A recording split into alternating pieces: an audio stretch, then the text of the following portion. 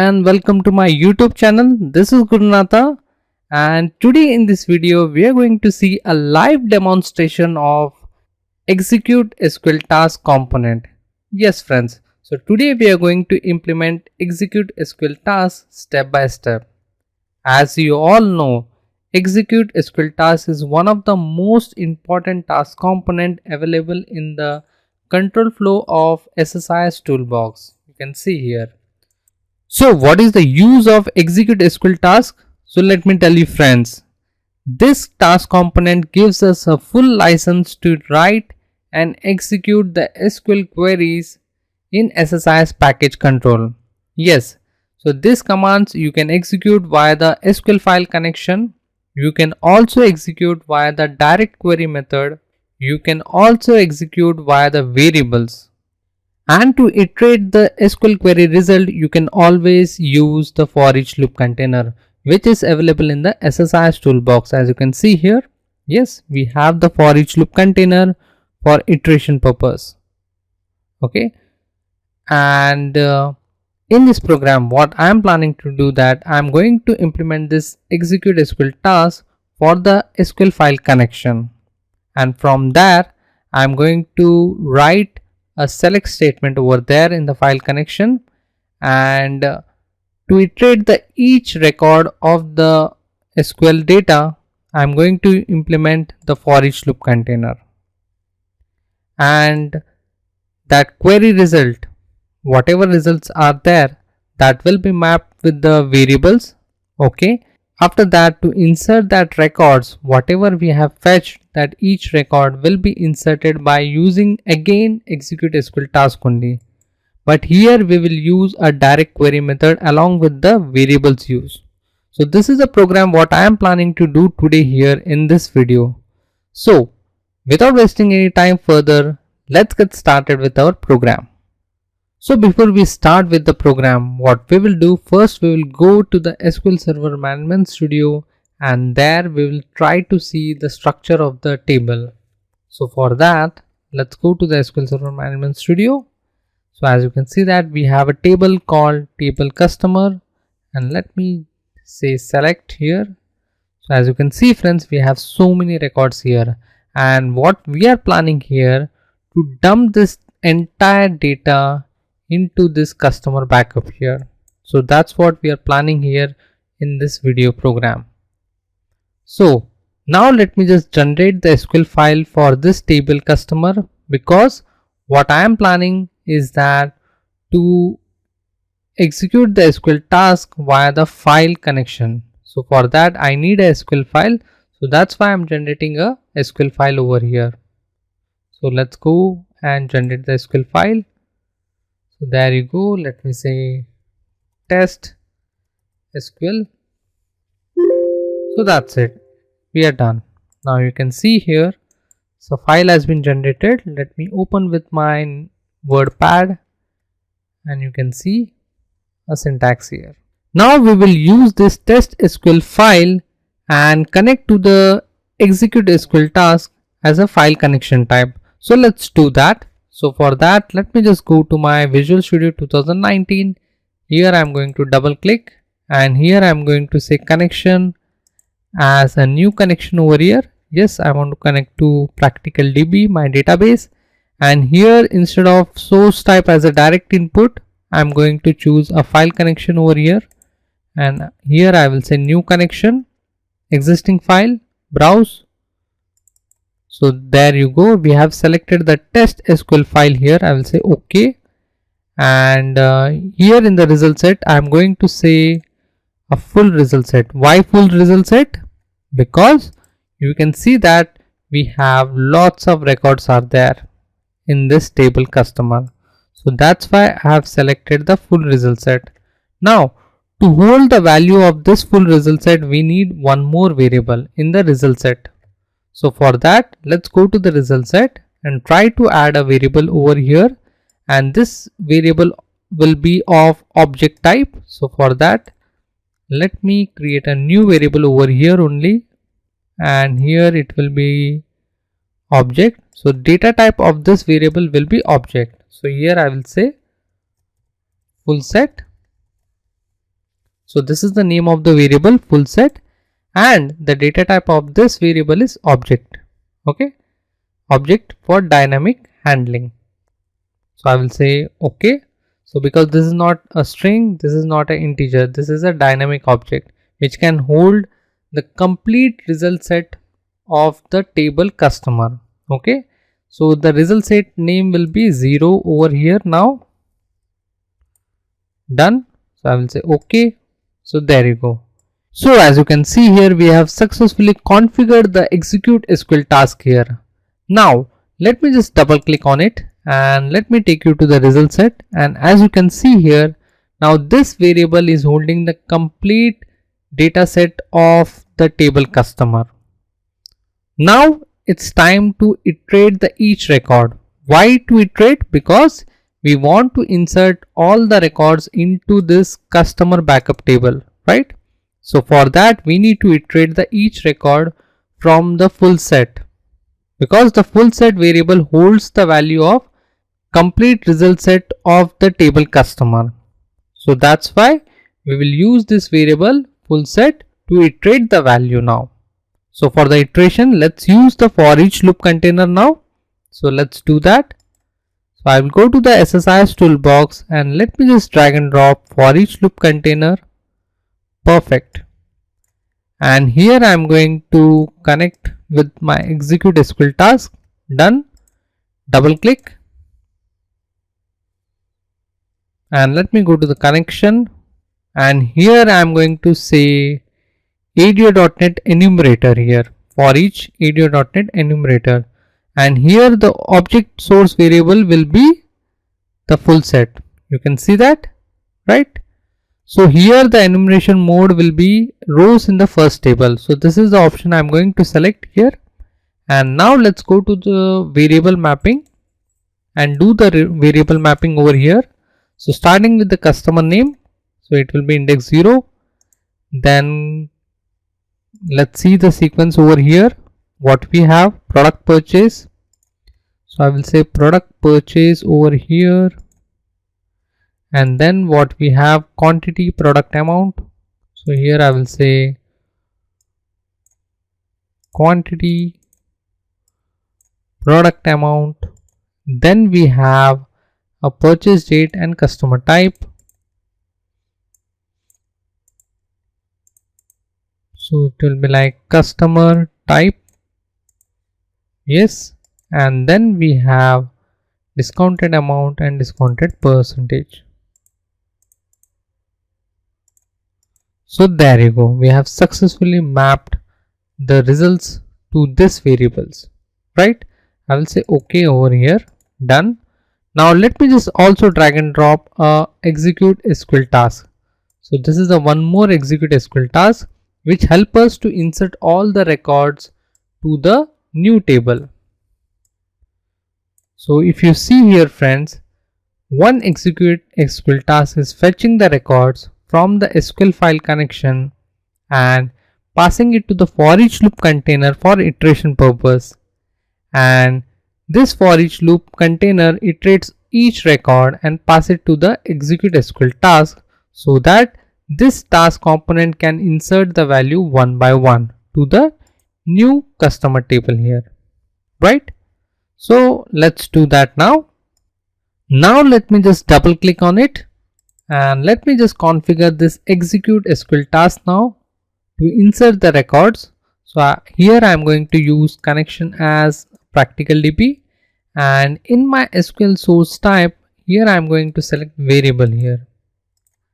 So there you see, but unfortunately we have not created a variable that is for the insert statement. So what we will do now, first we will create a variable, then we will come here and again repeat the steps. So for that let me just cancel now, and here I will say variables, and let me create a new variable called query var, right? This will be like a string type, and in the expression what I will do, I am going to write the insert statement here. So insert for which table? So that is the customers backup 2021 table. So I'm going to right click on this table, and here I'm going to say script table as insert to new query window. So we will get an insert statement here, as you can see that. Let's copy till the values, and let me go here and let me put it in the expression. Remember, put the double quotes here, right? And now let's open the values, round braces, right? So let's put it here also. So there you go. So here now let's add the values. So for adding the values, I'm going to use single quote, double quote, plus plus, then double quote, then single quote. And from the variables, I'm going to drag and drop the first variable, that is the customer name, then the product purchase, then the quantity. So I'll say customer name, please come here to the values. Yes. So there you go. And here I will say comma. Then we have again single quote, double quote, same steps again, product purchase,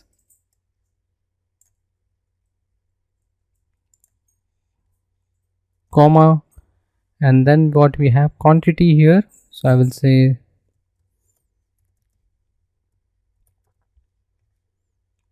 quantity. Since quantity is an integer type, for the expression, for writing the expression, we need to convert it to the string type here. As you can see here in the variable section, quantity is an integer type. So for the expression execution, we need to convert this integer type to the string. So for that, let's go to this variable and let's do the typecasting. So let's do that. So I will say dt underscore wstr, right? And let me give a size as 20. So there you go. Perfect. Yeah. Now the same way, let's continue to the other attributes. So we have the product name, quantity, product amount. The same way I'm going to use this.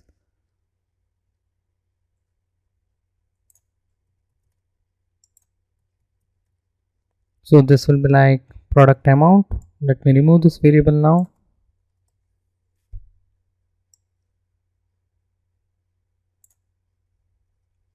So there you go. Let me give this as 50. Then we have the product amount, that is the USD amount we have. So sorry. So I'll say copy, comma, USD amount.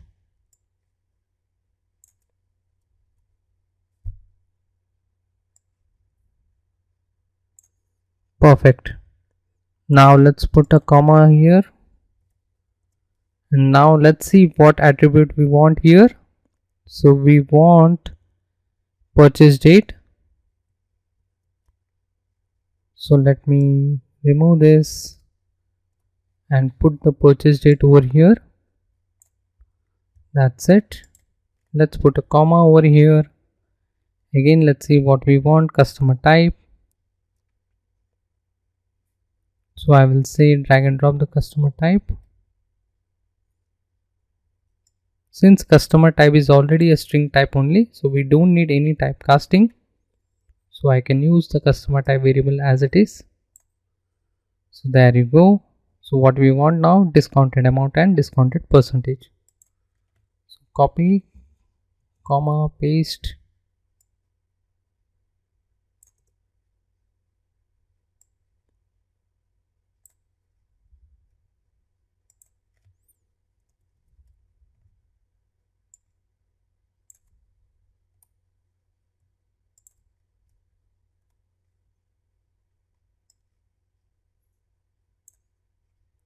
So there you go.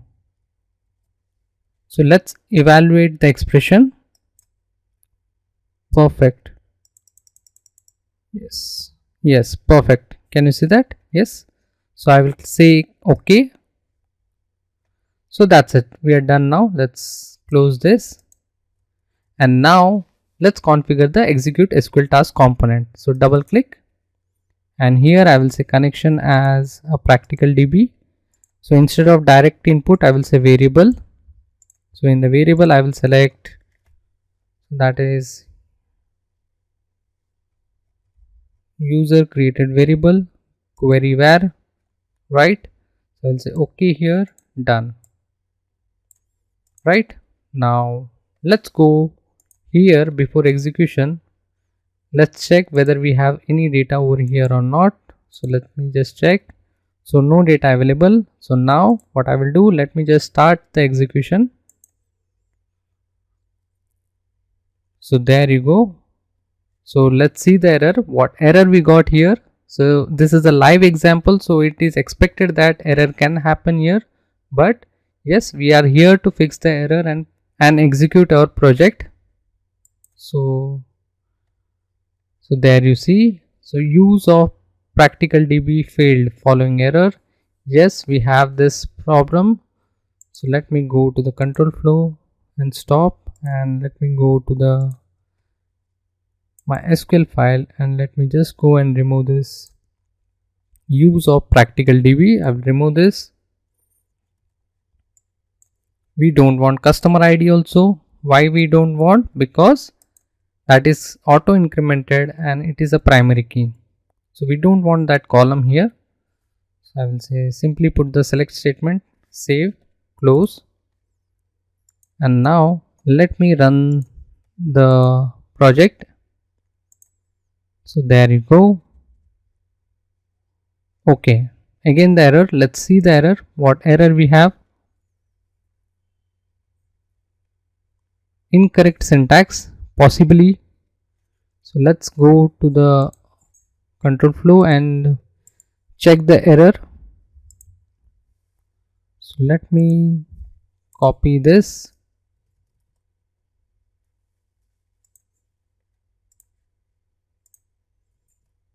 So what error might be? Let me check that. Remember this, it is a live example, so errors are bound to happen, so no worries, but we are here to fix it. Yes, as you can see here, double comma is there. So let me just remove it. So here also double comma is there. Remove it, double comma, remove it, double comma, remove it. So is that anywhere still? So here it is, remove it. Yes, perfect. Let's copy it and let me paste it again. Perfect. Say okay, save and start executing the project. So there you go, our project has ran successfully here. Now let's check our database here, execute, and there you see, successfully we have dumped the data from the one table to the another table by using the execute SQL task. So friends, hope you like this video. If you really like this video, do not forget to give us a big thumbs up and please subscribe to our channel, because your one like and one subscribe really motivate us to create more technical videos on MSBI. So friends, thank you for watching it and see you on our next video. Thank you.